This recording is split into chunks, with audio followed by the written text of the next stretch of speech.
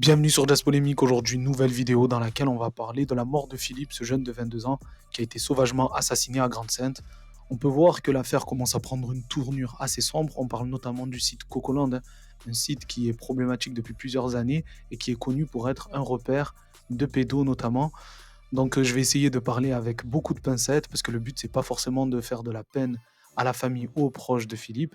Je vais juste exposer les faits qu'on connaît à l'heure actuelle et se poser quelques questions. Voilà, donc on va commencer par résumer les événements. C'est parti. Le mardi 16 avril, à 1h50, dans la nuit, la police secours est appelée pour se rendre à Grande-Sainte, sur le parking d'un supermarché de proximité. Y est découvert un homme de 22 ans, inconscient, Philippe Kopman. Son visage est ensanglanté. Il est transporté à l'hôpital dans un service de réanimation et son pronostic vital à ce moment-là est engagé. Il décède dans la soirée du mardi 16 avril. Voilà, donc à la base, c'est une affaire qui a popé sur Internet avec une photo qui a pas mal circulé, dans laquelle on pouvait voir Philippe avec le visage méconnaissable, complètement fracassé. Immédiatement, les identitaires, connaissant le prénom de la victime, ont supposé que ceux qui étaient à l'origine de tout ça étaient d'origine étrangère. Sauf que rapidement, on a découvert que les présumés meurtriers avaient des prénoms à consonance européenne. Je ne sais pas si ça change quoi que ce soit, mais en tout cas, j'ai l'impression que pour eux, oui. Et sachant tout ça, on a sur le plateau de CNews Golnadel et compagnie qui vont faire le lien entre cette affaire et l'immigration. Écoutez. On peut parler aussi de la surreprésentation des gens issus de l'immigration, en matière de violence. Il faut appeler un chat un chat. Le maire de Saintes, il a appelé au vivre ensemble. Alors moi, je vous le dis, comme ça, c'était mieux avant. C'était mieux avant l'immigration massive. Tout le reste, c'est de la littérature. Le constat qu'a justement rappelé Gilles William, à savoir le lien entre immigration et délinquance, c'est l'éléphant dans le couloir, mais c'est aussi la grande polémique. Et puis, parce qu'à Grande-Sainte, en fait, on voit bien que le maire utilise beaucoup de périphrases. Il tourne un peu autour du pot. Grande-Sainte, c'est un endroit où il y a énormément d'immigrés clandestins. Il y avait une jungle à Grande-Sainte. Voilà, donc encore une fois, les identitaires n'en ont absolument rien à faire des victimes. Tout ce qu'ils veulent savoir, c'est l'origine ethnique de tout ce beau monde pour pouvoir se positionner. Bref, à ce moment-là de l'affaire, ce qui est porté à notre connaissance, c'est que Philippe sortait de chez un ami et il s'est fait sauvagement assassiner dans la rue. Sauf que on commence à avoir la version des assassins concernant le mobile. Et là, l'affaire commence à prendre une tournure encore plus sombre. Écoutez. S'agissant du mobile, nous ne disposons à ce stade, et j'insiste, que des déclarations des mises en cause. Il mentionne avoir fixé un rendez-vous avec la victime via un site internet de rencontre dénommé Cocoland, en se faisant passer pour une jeune fille mineure. Les mises en cause affirment avoir vérifié que la victime était bien la personne ayant répondu à l'annonce, en l'appelant et en entendant la sonnerie de son téléphone. Donc leur version est de dire qu'ils auraient piégé Philippe via le très problématique site Cocoland, mais on y reviendra après, en se faisant passer pour une mineure de 14-15 ans. Et retenez bien qu'ils disent avoir vérifié qu'il s'agissait bien de lui en l'appelant et en entendant un téléphone sonner. Retenez bien cela. Bref, Cocoland, c'est quoi ? Tous ceux qui s'intéressent aux affaires de pédos connaissent ce site qui est un nid à pédos, mais pas que, de filles de joie et de substances illégales. Écoutez. Un forum en ligne. Coco, c'est un forum. Il n'y a pas de modération. On peut trouver des photos à caractère sexuel, parfois volées. On peut aussi trouver du contenu pédopornographique. Et ça a fait beaucoup parler de lui, ce site, à cause des guet-apens qui sont organisés. Le suspect. Ce site, il est surtout et d'abord connu parce que c'est un repère de pédos. De nombreux signalements des mises en garde ont été faites depuis des années, mais au lieu de fermer ce site, les pouvoirs publics préfèrent fermer leurs yeux. On se demande bien pourquoi. Bref, on pourrait se dire que la version des assassins est complètement fausse. Après tout, ce sont des assassins.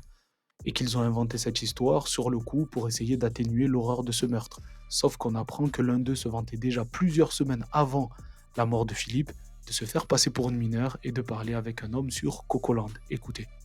Il y a 3 semaines, le plus jeune des suspects se vantait de discuter en ligne avec un inconnu de 42 ans en se faisant passer pour une adolescente. Coucou, ça va, j'ai 15 ans, ça te dérange ? C'est avec ce même mode opératoire que les mises en cause disent avoir piégé Philippe Kopman en l'attirant sur ce parking en pleine nuit il y a 5 jours. Ce qui est sûr, c'est qu'ils n'étaient pas à leur coup d'essai et la personne avec qui ils parlaient 3 semaines auparavant n'était pas Philippe parce qu'ils ont 20 ans d'écart. L'un 42 et Philippe n'en avait que 22. Bref, en tout cas, même en détention en prison, il continue à clamer la même chose. Écoutez. Moi, non, mais j'ai rien fait d'histoire.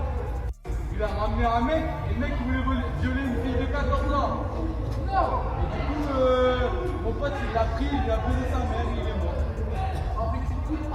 Non, c'est pas vrai ça, c'est pas vrai, j'étais là. Non, c'est pas vrai.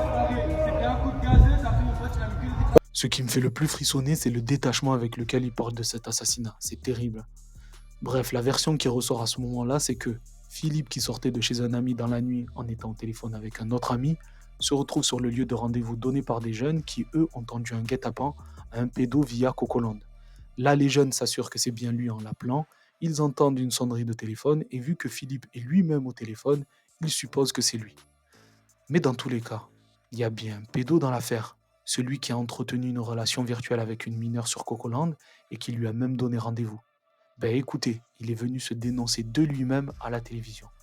Moi, je n'ai jamais vu ça. C'est la première fois que je vois un pédo qui se dénonce de lui-même à la télévision. Écoutez. C'est tout près de l'endroit où Philippe a été tué qu'un autre jeune homme, que nous appellerons Mathéo, affirme avoir eu rendez-vous avec une femme la nuit même du meurtre. Il dit l'avoir rencontrée sur le forum de discussion Coco. Je les ai abordés sur Cocoland en premier, comme des gens normaux, on parle. Salut, ça va, tu fais... Bref, on a parlé. Après, je vais être honnête, elle voulait des sous. Voilà, bref, j'ai proposé des sous, 150 euros. D'après Mathéo, son interlocutrice lui propose alors un rendez-vous le soir même, vers minuit et demi. Elle m'a donné une adresse devant la mairie de Grande-Sainte. Donc j'ai demandé une photo, ils m'ont envoyé une photo googlisée. C'est-à-dire une photo trouvée sur Google.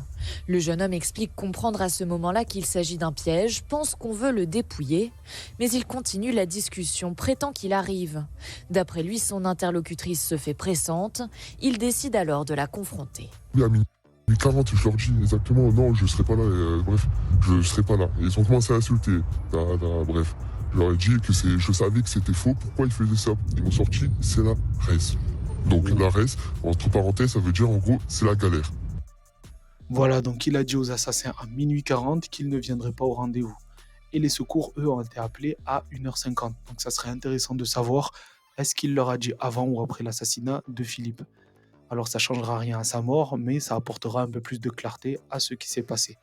Bref, là on va entendre un des meilleurs amis de Philippe, qui selon moi a fait une erreur de communication. Alors c'est facile de le dire depuis mon siège, mais de minimiser la dangerosité du site Cocoland, pour moi ça laisse la porte ouverte aux théories les plus farfelues et c'est une erreur. Écoutez.